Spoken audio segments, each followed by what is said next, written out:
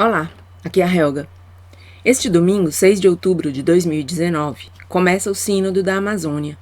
E eu penso que é interessante acompanhá-lo, tendo a ajuda de pessoas que podem informar de primeira mão o que está ocorrendo estes dias no Vaticano. Quem conhece meu canal já sabe que sempre procuro trazer conteúdo embasado nos dados e nas informações proporcionadas por especialistas nos temas que eu abordo.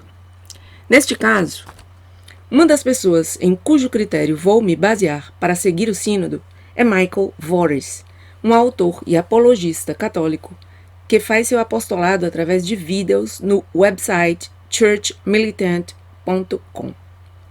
Neste específico vídeo que trago hoje, Voris faz um resumo do atual estado da Igreja Católica com relação ao que está em jogo no sínodo. Um cisma operacional preparado pelos Marxistas, teólogos da libertação, que não foram tratados pelos papas recentes com a dureza que a situação exigia. Deixo-os com Michael Voris.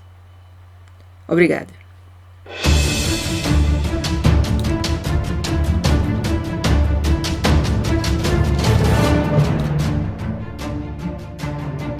Hello, everyone, and welcome to Church Militant's pre-Synod coverage of the Amazon Synod, which begins this coming Sunday, October 6th. In the run-up to the Synod, we're going to bring you a series of reports to help you better understand the stakes. The Francis papacy has had the effect of bringing every dissident and unfaithful cleric out into the open, feeling as though they now have license to say and do whatever they please. And there's some truth to that. Much of what some folks here in Rome privately call an operational schism has been in effect for decades, just below the surface, but detectable to the more discerning.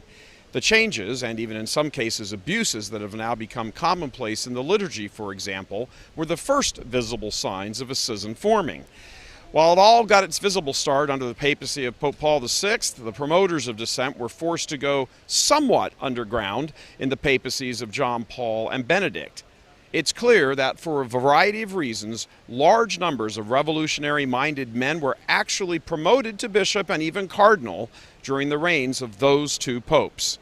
And now, under Francis, they are hitting their stride and doing everything they can to institutionalize the operational schism. That's certainly the driving force behind the Amazon Synod, which has been in the works since the first weeks Francis took office back in 2013. Days after becoming Pope, Francis met with Peruvian Archbishop Pedro Barreto Jimeno and Brazilian Cardinal-designate Claudio Humes to discuss setting up a church network focused on the Amazon. That was just days after his election.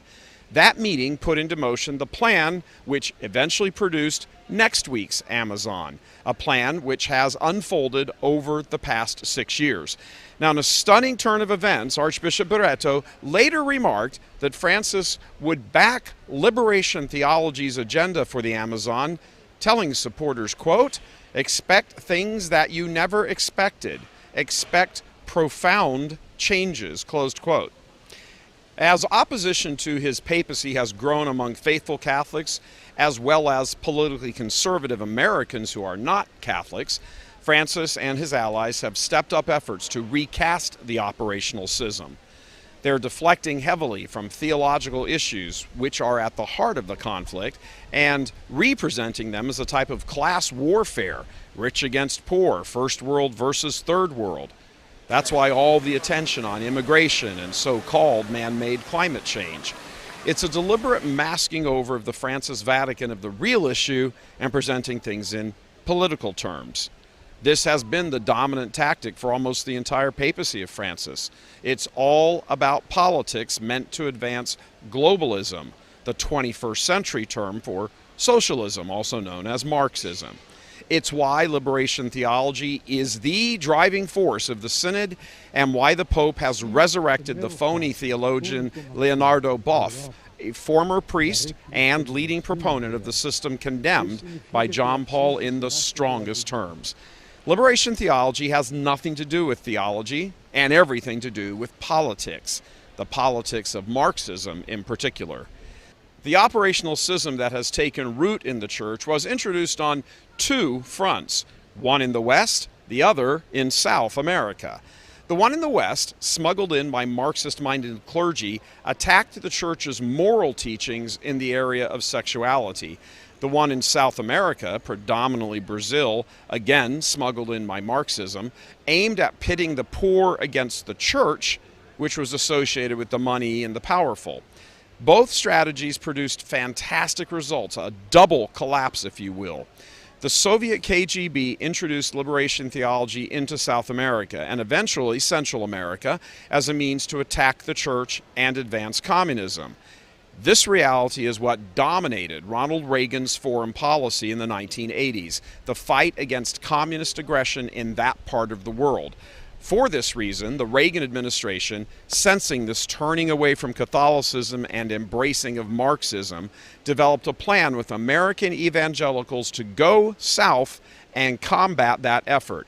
It was Reagan's foreign policy injection of Protestantism into South America that has resulted in the mass conversions all over South America from Catholicism to Protestantism. What came about in South and Central America was then a three-way battle between Protestantism, Catholicism, and Marxism, with the Marxists able to infiltrate the church with the phony theology of liberation. All of this set the stage for what boiled down to a kind of proxy war. On one side, American interests duking it out with Marxist forces, which had co-opted the church. This is perhaps one reason why Francis carries such antipathy towards the United States. But whether that is the case or not, what is the case is the embracing and resurrecting of liberation theology has given the green light to dissenters in the West to proceed full steam ahead with challenging church teaching in a variety of areas, most especially sexual morality. This two-headed serpent was not killed by either John Paul or Benedict, and in some cases was unwittingly advanced. The disciplines of the church were not properly brought to bear when they should have been. If and when this current crisis is ever recovered from, if it is possible to prevent any further breaking apart, this may be the enduring lesson. Heresy, apostasy, schism, and dissent must be driven from the church at the very first sign of them, even at the risk of being called rigid. Coming to you from Rome with our pre-synod report, this is Michael Voris for Church Militant. God love you.